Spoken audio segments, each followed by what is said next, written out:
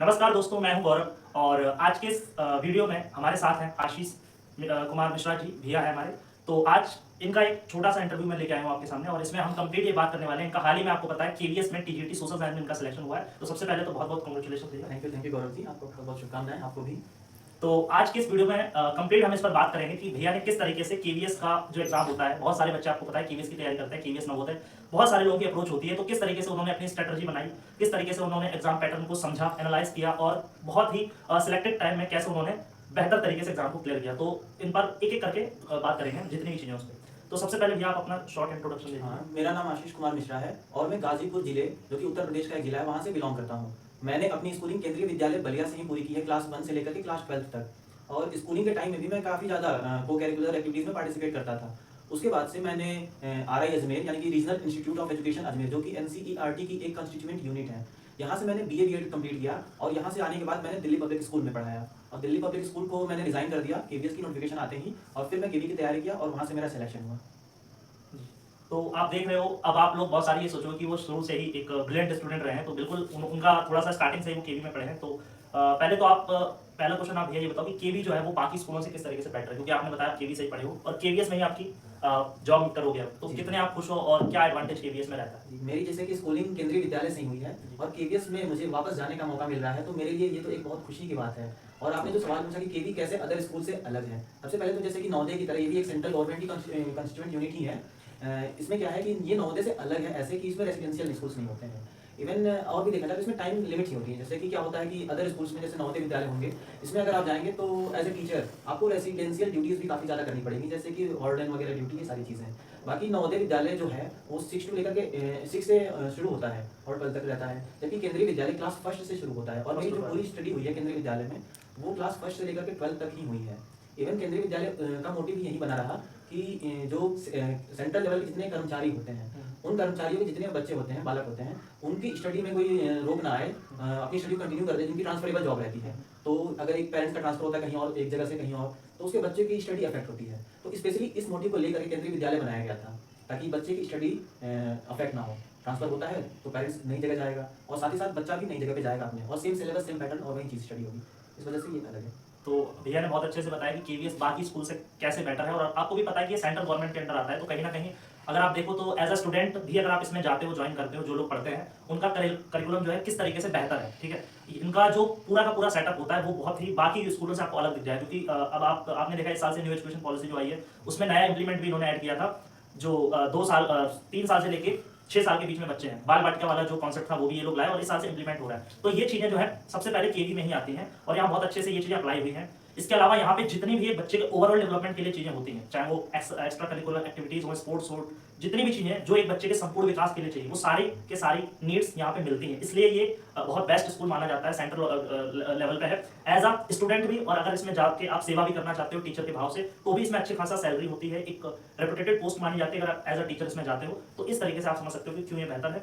तो इसके अलावा अब मैं यहाँ पर थोड़ा सा बात करूंगा, जैसा कि भैया ने बोला केवी के बाद इन्होंने अपनी जो ग्रेजुएशन है वो NCERT RI अजमेर जो हमारा है यहाँ से कंप्लीट करी है। वहीं पे हम दोनों लोग ही करेंटली, मैं जो हूँ BEd परस्यू कर रहा हूँ यहाँ से RI अजमेर से, मेरी ग्रेजुएशन हो चुकी है और भैया जो है वो अभी यहाँ पे M.Ed के लिए मतलब M.Ed के लिए अपियर हुए हैं।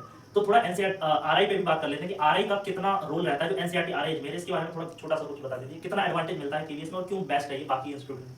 देखिए, जो RI में जो स्टूडेंट पढ़ता है, तो यहाँ जो स्टूडेंट पढ़ता है तो उसको एक अलग से एक्सपोजर मिल जाता है, स्पेशली एजुकेशन के फील्ड में।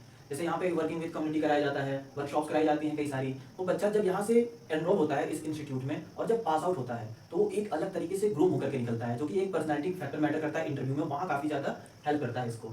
और मैं भी यहाँ पे 4 साल का कोर्स किया था, BA BEd किया था यहाँ से, और 2022 में पास आउट हुआ था। इवन जब मैं अपने इंटरव्यू में बैठा था केंद्रीय विद्यालय के, तो ये सारे फैक्टर्स जो मैंने सीखा यहाँ रह करके, वो काफ़ी ज़्यादा हेल्प किया मुझे कम्युनिकेशन में, काफ़ी ज़्यादा इसने हेल्प किया। इवन क्या हुआ था कि मेरे साथ डॉक्यूमेंट वेरिफिकेशन में एक छोटी सी मिस्टेक हो गई थी। मिस्टेक का क्या मतलब, जैसे कि जो हमारा बैच था ये 2018 से 2022 का बैच था, तो 2020 में कोविड आ गया था और कोविड में हमारा सेकेंड ईयर का एग्जाम नहीं हुआ था। जब एग्जाम नहीं हुआ था तो हमें उसकी मार्कशीट नहीं मिली थी, मार्कशीट की जगह पे हमें प्रमोशन सर्टिफिकेट मिल गया था। तो जब हम डॉक्यूमेंट वेरिफिकेशन के लिए गए थे, तो डॉक्यूमेंट वेरिफिकेशन में मुझे वहाँ से बाहर कर दिया गया था और रीज़न क्या दिया गया था कि आपके पास मार्कशीट नहीं थी। जबकि जो हमें मार्कशीट प्रोवाइड की गई थी प्रमोशन सर्टिफिकेट, उस पर ऑलरेडी लिखा था कि this is equivalent to your marksheet, और अगर नंबर निकालने कैलकुलेट करने हैं हमें, तो उस नंबर को हम तीनों साल का जो बचा सर्टिफिकेट हमारा, उसका हम एवरेज ले सकते हैं। बट वो नेगलेक्ट कर दिया, माने उसको एक्सेप्ट करने से मना कर दिया। फिर मैंने अपने एक प्रोफेसर डॉक्टर एल्बर्ट होलो सर को मैंने फ़ोन किया, तो उन्होंने फ़ोन घुमाया कहीं केवीएस वगैरह में ही, और वहाँ से शायद मुझे वापस बुलाया गया कि आपको सर बुला रहे हैं, हाँ हेडक्वार्टर से भी कोई आया था केवीएस के। तो वहाँ पर मैं गया, अपनी समस्या बताया कि ये मेरा सेकेंड ईयर का एग्ज़ाम हुआ नहीं था और इस बेसिस पर मुझे निकाला जा रहा है।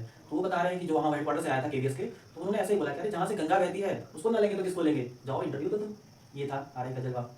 तो आप देख सकते हो कि भैया ने कितने अच्छे से बताया कि जब ये केवीएस का इंटरव्यू देने गए तो उन्हें सीधा सीधा इस चीज का एडवांटेज मिला कि यहाँ जो अगर आप देखोगे केवीएस, क्योंकि सेंट्रल गवर्नमेंट के अंदर आता है, तो केवीएस में अलग से ही कोई भी नोटिफिकेशन आता है तो उसमें एनसीईआरटी से पढ़े हुए जो 5 टोटल इंस्टीट्यूशन है उनको अलग से मेंशन किया हुआ है। इसका मतलब नेशनल लेवल के जितने भी स्कूल हैं, ओवरऑल जितने भी नेशनल हो या स्टेट लेवल के, सबकी पहली प्रायोरिटी एनसीईआरटी इंस्टीट्यूशन से पढ़े हुए लोगों की रहती है। बाद में ड्यू, बीएचयू और बाकी भी ठीक है, लेकिन नंबर 1 संस्थान भी आप कह सकते हो एजुकेशन के सेक्टर में। तो यहाँ से अगर आप अपनी ग्रेजुएशन, ये जो इंस्टीट्यूशन है ये बीएड कोर्सेज कराते हैं, इंटीग्रेटेड कोर्सेज कराते हैं, जो 12th के बाद होता है, एमएड कोर्सेज कराते हैं और कुछ डिप्लोमा कोर्सेज भी कराते हैं, तो आप यहाँ से परस्यू कर सकते हो। उसका बहुत ज़्यादा आपको एडवांटेज मिलता है। केवीएस में या नवोदय में, किसी भी अच्छे संस्थान में आप जाओगे, स्कूल्स में जाओगे पढ़ाने या कॉलेजेस में जाओगे, वो आपको दिखता है जो इन्होंने बताया। इसके अलावा भी इस पर मैं अलग से डिटेल वीडियो में आपको बता दूंगा, तो उस पर हम ना जाते हुए आगे की तरफ बढ़ते हैं।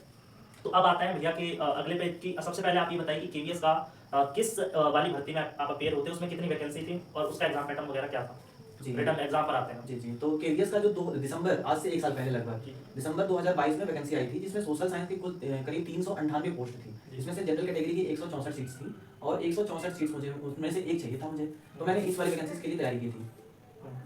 अच्छा, तो उसके बाद आप बताइए कि आपका जो एग्जाम था वो कब हुआ और एग्जाम पैटर्न वगैरह इसका क्या रहता है टीजीटी सोशल साइंस का। अब जैसे कि केवीएस ने नोटिफिकेशन जारी किया था, तो इस बार उसने अपना जो पैटर्न रहता है एग्जाम पैटर्न, उसको पूरी तरीके से बदल दिया। जो पहले 150 नंबर के पेपर हुआ करते थे, अब 180 का कर दिया। इसमें क्या किया कि जो 100 नंबर का उसने सब्जेक्ट डोमेन कर दिया, मतलब कि जिस सब्जेक्ट के लिए आप अपेयर होना चाहते हैं एग्जाम में, उसको 100 नंबर का कर दिया। बाकी के जो 80 नंबर हैं वो अलग अलग पार्ट में डिवाइड कर दिया, जैसे कि 40 नंबर का पेडागोजिकल पार्ट कर दिया और 40 नंबर में इंग्लिश कर दिया, हिंदी कर दिया, रीजनिंग कर दिया, कंप्यूटर कर दिया और करंट अफेयर कर दिया, ये कर दिया।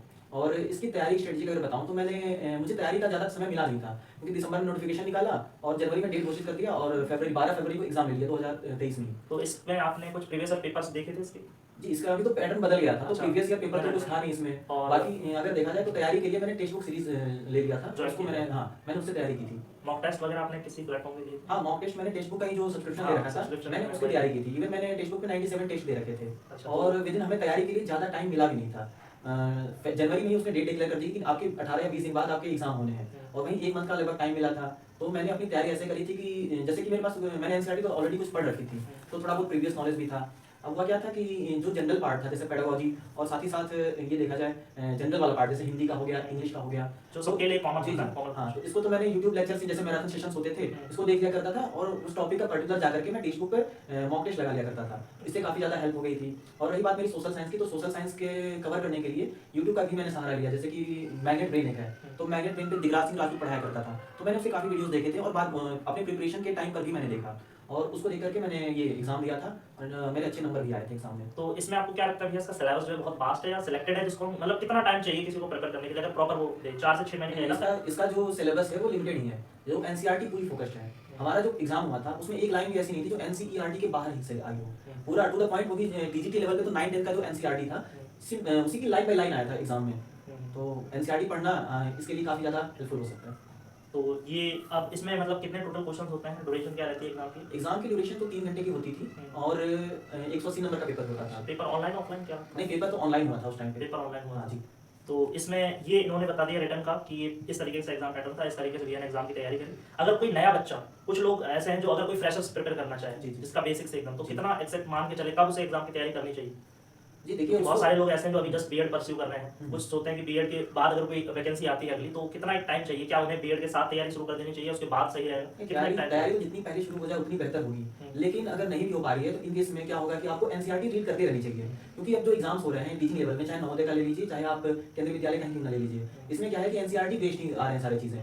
और जो एग्जाम होता है इस समय तो एजेंसी सीबीएसई करा रही है, तो सीबीएसई का एग्जाम पैटर्न जैसे कराती है बोर्ड एग्जामिनेशन, वैसे ही क्वेश्चन पूछती है एमसीक्यू में। तो एनसीईआरटी आप निरंतर पढ़ते रहिए, उससे काफ़ी ज़्यादा हेल्प मिल जाएगी। बाकी जब एग्जाम आपका करीब आए, नोटिफिकेशन आ जाए, तो बस आप उसकी Boost तैयारी में अपना लगन से boost लग जाइए। हाँ, तो आप देख रहे हो कि एक्सपेक्टेड आपको क्या लगता है कि अगली केवीएस की वैकेंसी आई थिंक 24 से 25-26 तक आ जानी चाहिए। अब इसका तो बारे में तो मैं भी क्लियर नहीं हूँ, क्योंकि अभी तो हमारी वैकेंसी नहीं क्लियर नहीं है पूरी तरीके से, इसमें भी अभी वेटिंग लिस्ट आनी है, तो करीब 6 महीने लग जाएंगे और नई नोटिफिकेशन आते ही आते लगभग 2 साल का हाँ, मैक्स डेढ़ साल लग ही से 2 जाएंगे साल। वैसे। तो आप अगर जैसे नए वो फ्रेशर्स हो या फिर अभी आप ग्रेजुएशन में हो या बीएड परस्यू कर रहे हो, आप सोच रहे हो अगली वैकेंसी कब आएगी, तो मान के चल सकते हो आप 25 या 26 तक 1.5 से 2 साल में वैकेंसी आ ही जाती है। हाँ, वो बात अलग है, वैकेंसीज कम होती है, कंपटीशन ठीक ठाक होता है, तो आपको अगर आप बीएड में हो तो आप बीएड के साथ भी तैयारी कर सकते हो, वो एक प्लस पॉइंट रहेगा। जैसे भैया ने बोला, आप एनसीईआरटी वगैरह पहले से प्रिपेयर कर लो, डोमेन जो है एनसीईआरटी तो पढ़ते रहे, डोमेन सब्जेक्ट तो डोमेन आप अभी से हाँ। स्ट्रॉन्ग जितना रखो उतना बाकी अच्छा जो है। बेसिक है वो 1 महीने के अंदर तैयार हो जाता है, जैसे जनरल इंग्लिश, जनरल हिंदी, इससे ज़्यादा तो टाइम बेसिक नहीं चीजें लगता होती है। हैं। हाँ, तो ये चीज आपको ध्यान रखनी है, जो लोग अभी तैयारी कर रहे हैं और जो पास आउट है वो तो अपनी बूस्ट लेवल पे तैयारी करते ही रहे। सारे पोर्शन जो आपके वीक है, प्रीवियस पेपर भी थोड़े आप देखें, मॉक टेस्ट लगाएं, सिलेबस देखें, उनको थोड़ा